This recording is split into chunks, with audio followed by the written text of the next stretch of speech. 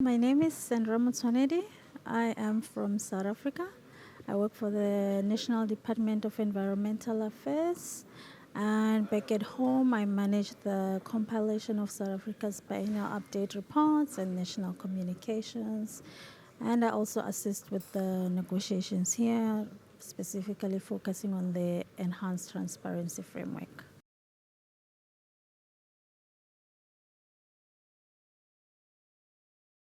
Looking into South Africa to date, we've submitted 3 national communications and 3 biennial update reports, and we've compiled about 6 inventories.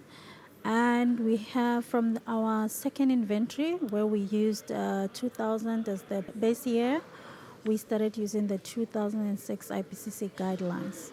Now, if I were to go specifically into the inventory, when we started the process up until 2015, we didn't really have any formalized institutional arrangements in place. And this really created some challenges for us as a country with regards to accessing the data. And also there were data gaps in the data that we were receiving from our institutions. So that was like a main challenge really that came out from not having formalized institutional arrangements.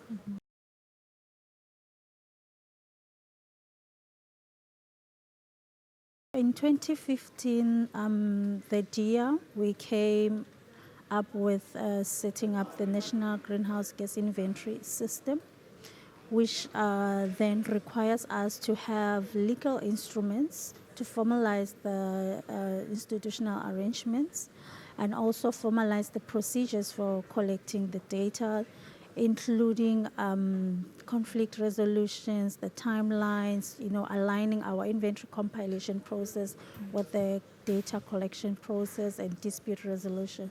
So then the system was developed in 2015.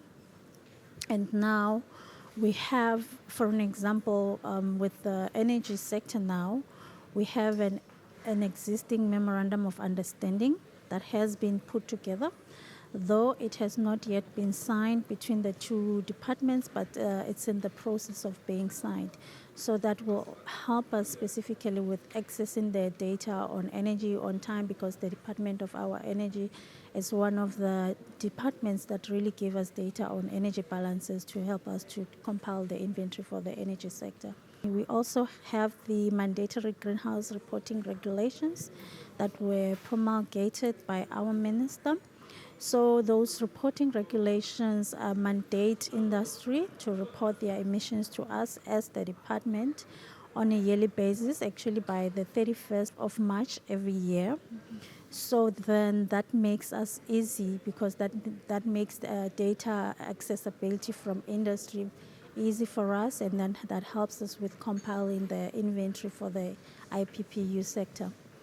Another program that we launched in 2014 was the National Greenhouse Gas Improvement Program, which actually helps the DEA to have accurate data for estimating our emissions, because we had some issues with accessing the accurate data from the different institutions that give us the data. So this program looks into developing sector-specific methodologies and also sector-specific activity data and sector-specific emission factors, which we can then use to improve the accuracy of our inventory. So this program is an ongoing program. The projects that we have done for the different sectors in determining the country-specific emission factors and sector-specific methodologies are well documented in our first, second, and third biennial update reports, and the improvements that we made into our inventory as a result of that. So if you look into the inventory section on those 3 BURs, there's a dedicated section in every BUR that talks about the improvement programs, as well as the effect of the recalculations on the different sectors.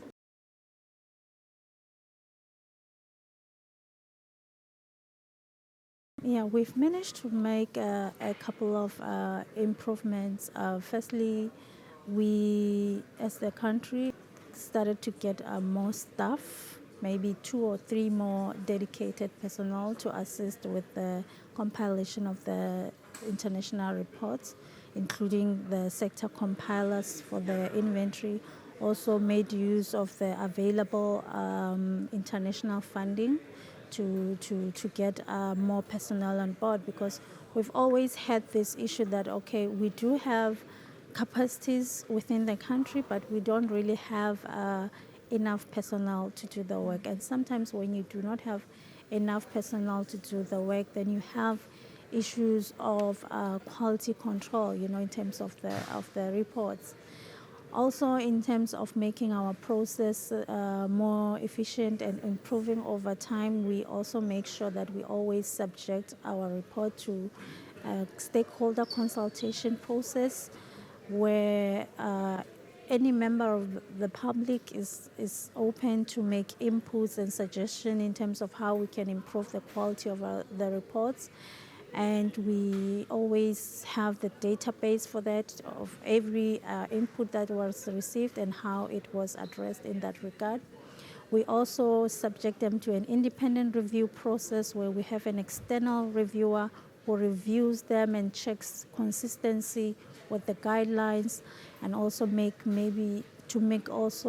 recommendations really for future improvements, especially because if you look into the biennial update reports, they undergo an ICA process, and you are able to identify your capacity building needs with the TTE, and there's also some recommendations in terms of how the country can improve. So during this independent review process, you find the reviewer checking our improvement over time, and whether we are doing what we said we will improve on. So those are some of the things that have helped us really as a country to improve the quality of our reports over time.